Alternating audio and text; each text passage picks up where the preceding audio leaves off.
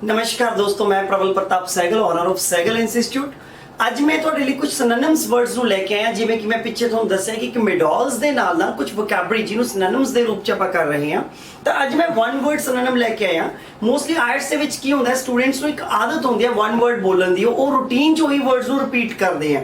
ਪਰ ਉਹੀ ਵਰਡਸ ਨੂੰ ਥੋੜਾ ਅਗਰ ਆਪਾਂ ਐਂਗਲ ਨੂੰ ਥੋੜਾ ਚੇਂਜ ਕਰ ਦਈਏ ਤਾਂ ਵੋਕੈਬਲਰੀ ਵੀ ਅੱਛੀ ਹੋਏਗੀ ਔਰ ਨੰਬਰ ਵੀ ਬੈਂਡਸ ਵੀ ਇਨਕਰੀਜ਼ ਹੋਣਗੇ। ਸੋ ਆਪਾਂ ਅੱਗੇ ਵਧਦੇ ਹਾਂ। ਤਾਂ ਅੱਜ ਆਪਾਂ ਸਿਨੋਨਿਮਸ ਲੈ ਕੇ ਆਏ ਹਾਂ। ਸਿਨੋਨਿਮਸ ਦਾ ਮਤਲਬ ਹੁੰਦਾ ਸਮਾਨ ਅਰਥ ਵਾਲੇ ਸ਼ਬਦ, ਯਾਨੀ ਕਿ ਸਿਮਿਲਰ ਵਰਡ, ਮਿਲਦੇ ਜੁਲਦੇ ਸ਼ਬਦ। ਜਿਵੇਂ ਇੱਥੇ ਮੈंने ਇੱਕ ਵਰਡ ਲਿੱਤਾ ਹੈ ਓਨੈਸਟੀ। ਓਨੈਸਟੀ ਦਾ ਮਤਲਬ ਹੁੰਦਾ ਇਮਾਨਦਾਰ ਜਾਂ ਇਮਾਨਦਾਰ ਜਾਂ ਇਮਾਨਦਾਰੀ। ਤਾਂ ਇਹਦੇ ਲਈ ਆਪਾਂ ਇੱਕ ਵਰਡ ਯੂਜ਼ ਕਰ ਸਕਦੇ ਹਾਂ ਆਇਲਟਸ ਚ ਵੀ, ਵੈਸੇ ਵੀ ਇੰਗਲਿਸ਼ ਬੋਲਣ ਦੇ ਵਿੱਚ, ਸਿੰਸੀਅਰ। ਸਿੰਸੀਅਰ ਦਾ ਮਤਲਬ ਜ਼ਿੰਮੇਵਾਰ ਵੀ ਹੋ ਜਾਂਦਾ ਹੈ, ਸਿੰਸੀਅਰ ਦਾ ਮਤਲਬ ਓਨੈਸਟ ਵੀ ਹੋ ਜਾਂਦਾ ਹੈ, ਸਿੰਸੀਅਰ ਦਾ ਮਤਲਬ ਇੱਕ ਉਹ ਵੀ ਹੋ ਜਾਂਦਾ ਜੋ ਬੰਦਾ ਇੱਕ ਜ਼ਿੰਮੇਵਾਰੀ ਲੈ ਸਕਦਾ ਹੈ ਇਮਾਨਦਾਰੀ ਦੇ ਨਾਲ। ਸੋ ਓਨੈਸਟ ਦੀ ਜਗ੍ਹਾ ਤੁਸੀਂ ਸਿੰਸੀਅਰ ਵਰਡ ਵੀ ਯੂਜ਼ ਕਰ ਸਕਦੇ ਹੋ। ਅੱਗੇ ਵਧਦੇ ਹਾਂ। ਦੂਸਰਾ ਵਰਡ ਹੈ ਜੀ ਟੈਕਸੀ। ਟੈਕਸੀ ਇੱਕ ਗਵਰਨਮੈਂਟ ਜਾਂ ਪ੍ਰਾਈਵੇਟ ਟਰਾਂਸਪੋਰਟੇਸ਼ਨ ਸਿਸਟਮ ਚ ਹੁੰਦੀ ਹੈ, ਠੀਕ ਹੈ, ਜਿਸ ਦੇ ਵਿੱਚ ਆਪਾਂ ਇੱਕ ਟਰਾਂਸਪੋਰਟੇਸ਼ਨ ਸਿਸਟਮ ਦੇ ਨਾਲ ਆਪਾਂ ਇੱਕ ਜਗ੍ਹਾ ਤੋਂ ਦੂਸਰੀ ਜਗ੍ਹਾ ਜਾਂਦੇ ਆ। ਆਪਣੇ ਉਰੇ ਅੱਜ ਵੀ ਟੈਕਸੀ ਕਿਹਾ ਜਾਂਦਾ, ਪਰ ਕਿਤੇ ਨਾ ਕਿਤੇ ਆਪਣੀ ਜਗ੍ਹਾ ਤੇ ਜਿਵੇਂ ਕੈਬ ਕਿਹਾ ਜਾਂਦਾ, ਜਿਵੇਂ ਓਲਾ ਕੈਬਸ। ਤਾਂ ਓਲਾ ਦੇ ਵੀ ਟੈਕਸੀਓ ਲਿਖਿਆ ਹੋਇਆ, ਪਰ ਆਪਣੇ ਉਰੇ ਕੈਬਸ ਅਜੇ ਨਹੀਂ ਕਿਹਾ ਜਾਂਦਾ। ਤਾਂ ਆਪਾਂ ਇੱਕ ਕੈਬ ਵਰਡ ਵੀ ਯੂਜ਼ ਕਰਦੇ ਹਾਂ। ਤਾਂ ਕੈਬ ਦਾ ਮਤਲਬ ਵੀ ਵਾਹਨ ਹੁੰਦਾ ਹੈ ਜੋ ਆਪਾਂ ਕਿਰਾਏ ਲਈ ਕਿਸੇ ਤੋਂ ਹਾਇਰ ਕਰਦੇ ਆ, ਕਿਰਾਏ ਲਈ ਲੈਂਦੇ ਆ। ਤੀਸਰਾ ਵਰਡ ਹੈ ਜੀ ਸਮਾਲ। ਸਮਾਲ ਦਾ ਮਤਲਬ ਛੋਟਾ, ठीक है। तो ਇਹਦੀ ਥਾਂ ਤੇ ਆਪਾਂ वर्ड्स लगा सकते हैं टाइनी। तो माइक्रो वर्ड भी होता है, एक माइक्रो वर्ड और टाइनी दोनों का मतलब एक छोटा होता, पर माइक्रो बहुत ही छोटा हो जाता है। तो इस करके जितने आप एक इंग्लिश च बोलते हैं कि he is very small, right, he is very tiny. और टाइनी पतले च भी चले जाता, छोटे च भी चले जाता, शॉर्ट च भी चले जाता। तो इस करके तुसी टाइनी वर्ड का प्रयोग कर सकते हो। नैक्सट वर्ड होता जी कारपेट। कारपेट का मतलब होता है दरी गलीचा। ਤਾਂ ਇਹਦੀ ਥਾਂ ਤੇ ਆਪਣੇ ਇੱਥੇ ਵਰਡ ਲਿਖਿਆ ਰਗ, RUG, ਰਗ। ਤਾਂ ਰਗ ਕੀ ਹੈ ਕਿ ਤੁਸੀਂ ਦੇਖਿਆ ਹੋਣਾ, ਆਪਾਂ ਇੱਕ ਕਰੋਕਰੀ ਸ਼ਾਪ ਤੇ ਜਾਂਦੇ ਆ ਤੇ ਕਿੱਡੇ ਕਿੱਡੇ ਪੋਚੇ ਮਿਲਦੇ ਆ ਬੜੇ ਬਣਾਏ, ਤਾਂ ਉਹ ਰਗ ਕਿਹਾ ਜਾਂਦਾ ਪੋਚੇ ਮਾਰਨ ਵਾਲੇ ਨੂੰ। ਤਾਂ ਉਹੀ ਫਾਰਮ ਦੇ ਵਿੱਚ ਉਹਦੀ ਥੋੜੀ ਜੀ ਸ਼ੇਪ ਤੇ ਉਸ ਨੂੰ ਬੜੇ ਲੈਵਲ 'ਚ ਜਦੋਂ ਬਣਾਇਆ ਜਾਂਦਾ ਹੈ, ਤੁਸੀਂ ਡਿਜ਼ਾਈਨਦਾਰ ਕਰ ਦਿੱਤਾ ਜਾਂਦਾ, ਤਾਂ ਉਹਨੂੰ ਵੀ ਕਾਰਪੇਟ ਕਿਹਾ ਜਾਂਦਾ ਹੈ। ਤੇ ਜਿਹੜਾ ਰਗ ਵਰਡ ਹੈ ਇਹ ਜ਼ਿਆਦਾਤਰ ਤੁਹਾਨੂੰ ਨਾ ਤੁਸੀਂ ਗਲਫ ਕੰਟਰੀ ਦੇ ਵਿੱਚ ਰਗ ਵਰਡ ਬੋਲਿਆ ਜਾਂਦਾ, ਆਪਾਂ ਉਰੇ ਕਾਰਪੇਟ ਕਹਿ ਦਿੰਦੇ ਆ, ਉਧਰ ਰਗ ਕਹਿ ਦਿੰਦੇ ਆ। ਨੈਕਸਟ ਹੈ ਜੀ ਰੋਂਗ। ਰੋਂਗ ਇੱਕ ਕੋਈ ਵੀ ਗੱਲ ਹੋ ਜਾਏ ਜਿਹਨੂੰ ਆਪਾਂ ਕਹਿੰਦੇ ਯਾਰ ਇਹ ਗਲਤ ਗੱਲ ਹੈ, ਇਟ ਇਜ਼ ਰੋਂਗ, ਠੀਕ ਹੈ। ਸੋ ਕਿਤੇ ਨਾ ਕਿਤੇ ਚਾਹੇ ਕੋਈ ਗਲਤੀ ਲਿਖਤੀ ਹੈ, ਰਾਈਟਿੰਗ ਦੇ ਵਿੱਚ ਉਹਦੇ ਆਪਾਂ ਰੋਂਗ ਲਿਖ ਦਿੱਤਾ, ਕਿਸੇ ਨੇ ਬੋਲ ਕੇ ਕਹਿ ਦਿੱਤਾ ਰੋਂਗ, ਪਰ ਤੁਸੀਂ ਉੱਥੇ ਇਨਕਰੈਕਟ ਵਰਡ ਵੀ ਲਗਾ ਸਕਦੇ ਹੋ। ਅਗਰ ਕੋਈ ਤੁਹਾਡਾ ਬੱਚਾ ਹੈ, ਪਰਿਵਾਰ ਚੋਂ ਕੋਈ ਗਲਤ ਹੈ ਬੰਦਾ, ਤੁਸੀਂ ਕਹਿ ਸਕਦੇ ਹੋ he is a wrong one, ਜਾਂ he is a wrong person, ਜਾਂ ਇਹ ਗਲਤ ਹੈ, ਤਾਂ ਤੁਸੀਂ ਉੱਥੇ ਕਹਿ ਸਕਦੇ ਹੋ ਇਟ ਇਜ਼ ਇਨਕਰੈਕਟ। ਇਨਕਰੈਕਟ ਵੀ ਮਤਲਬ ਇਹਦਾ ਰੋਂਗ ਹੀ ਹੁੰਦਾ ਹੈ, ਗਲਤ ਹੀ ਹੁੰਦਾ ਹੈ। ਤਾਂ ਅੱਗੇ ਵਧਦੇ ਆ ਜੀ।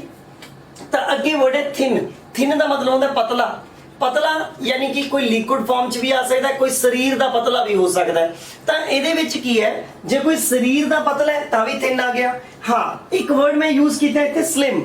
स्लिम का मतलब भी पतला हो जाता है। स्लिम की खासियत ये है कि ये किसी के इंसान ते जो लिविंग थिंग्स है, जो साह लेंदी है, या बेजान चीज़ है, जिवें आपां तुसीं देखिया होना LED आउंदी है, स्लिम फोन बहुत स्लिम होंदे हैं, यानी कि बेजान और जानदार दोनों चीज़ों लई तुसीं लगा सकते हो। स्लिम वर्ड का मतलब हो जाता है पतला। ਅੱਗੇ ਵਧਦੇ ਹਾਂ ਜੀ ਮਿਕਸ। ਮਿਕਸ ਇੱਕ ਵਰਡ ਹੈ ਜੋ ਆਪਾਂ ਕਹਿ ਦਿੰਦੇ ਆ ਕਿ ਕਿਸੇ ਦੋਸਤ ਦੇ ਨਾਲ ਬਹੁਤ ਮਿਕਸਅਪ ਹੋ ਗਿਆ, ਮੇਲ ਜੋਲ ਹੋ ਗਿਆ, ਜਾਂ ਆਪਸ ਚ ਦੋਸਤੀ ਹੋ ਗਈ, ਜਾਂ ਕਿਸੇ ਚੀਜ਼ ਨੂੰ ਆਪਾਂ ਕਹਿੰਦੇ ਆ ਮਿਕਸ ਕਰ ਦੋ, ਤਾਂ ਉਹਦੀ ਜਗ੍ਹਾ ਤੇ ਇੱਕ ਵਰਡ ਹੈ ਬਲੈਂਡ। ਤੁਸੀਂ ਦੇਖਿਆ ਹੋਣਾ ਰਸੋਈ ਦੇ ਵਿੱਚ ਆਪਣੀ ਮਦਰਸ ਦੇ ਕਿਚਨ ਦੇ ਵਿੱਚ ਆਮ ਤੌਰ ਤੇ ਯੂਜ਼ ਹੁੰਦਾ ਹੈਂਡ ਬਲਾਈਂਡਰ, ਜੋ ਦਹੀਂ ਵਗੈਰਾ ਮੱਖਣ ਵਗੈਰਾ ਕੱਢਣ ਚ ਕੰਮ ਆਉਂਦਾ ਹੈ। ਤਾਂ ਉਹ ਚੀਜ਼ ਕੀ ਹੈ ਕਿ ਉਹ ਲਿਕੁਇਡ ਫਾਰਮ ਨੂੰ ਮਿਕਸ ਕਰਦਾ ਹੈ। ਇਦਾਂ ਹੀ ਤੁਸੀਂ ਆਪਣੀ ਦੋਸਤੀ ਮਿੱਤਰਤਾ 'ਚ ਵੀ ਵਰਡ ਨੂੰ ਯੂਜ਼ ਕਰ ਸਕਦੇ ਹੋ ਕਿ we people mix with each other ਦੀ ਥਾਂ ਤੇ we people blind with each other ਦਾ ਮਤਲਬ ਹੋ ਜਾਂਦਾ ਅਸੀਂ ਵੀ ਬਹੁਤ ਆਪਸ 'ਚ ਮਿਲੇ ਜੁਲੇ ਆ, ਜਾਂ ਸਾਡਾ ਮੇਲ ਜੋਲ ਹੈ, ਮਿਲਣਾ ਹੈ, ਉਹਦਾ ਵਰਡ ਦਾ ਨਾਮ ਬਲੈਂਡ ਕਹਿ ਸਕਦੇ ਹੋ। ओल्ड वर्ड हो गया पुराना, जिवें कि असीं सारे ही जानते हैं, पर इत्थे एक वर्ड आउंदा एंशिएंट। एंशिएंट कहा जाता प्राचीन नूं, जो सदियां तो ही चलदा आ रहा है, उसनूं एंशिएंट वर्ड कहा जाता है। और होर प्राचीन का वर्ड आ जाता BUZZ। जी मैं बोल रहे हैं, असल च अपने उरे Z बोलते हैं, BUZZ। इट्स अ बज। बज मतलब भी प्राचीन होता है, पर इत्थे आपां ने एक वर्ड दिता एंशिएंट। एंशिएंट का मतलब प्राचीन, बहुत पुराना, जिन्हों आम लैंग्वेज ਆਪਾਂ ओल्ड कह ਦਿੰਦੇ ਆ। ਕੀ ਹੁੰਦਾ ਇੰਗਲਿਸ਼ ਦੇ ਵਿੱਚ ਆਪਾਂ ओल्ड ਕਹਿ ਦਾਂਗੇ, ਸਮਝ ਤਾਂ ਵੀ ਲੋਕਾਂ ਨੂੰ ਆਊਗਾ ਕਿ ਇਹ ਸ਼ਹਿਰ ਬਹੁਤ ਪੁਰਾਣਾ ਹੈ, it is a old city. But ਆਪਾਂ ਐਂਸ਼ੀਅੰਟ ਸਿਟੀ ਕਹਿ ਦਾਂਗੇ, ਥੋੜਾ ਪੁਰਾਣੇ ਤੋਂ ਵੀ ਪਿੱਛੇ ਚਲਾ ਜਾਂਦਾ, ਪ੍ਰਾਚੀਨ ਚ ਵੀ ਆ ਜਾਂਦਾ ਹੈ, ਪੁਰਾਣਾ ਤਾਂ ਉਹਨੇ ਆਣਾ ਹੀ ਆਣਾ ਹੈ। ਤਾਂ ਨੈਕਸਟ ਹੈ ਜੀ ਟਰਸਟ।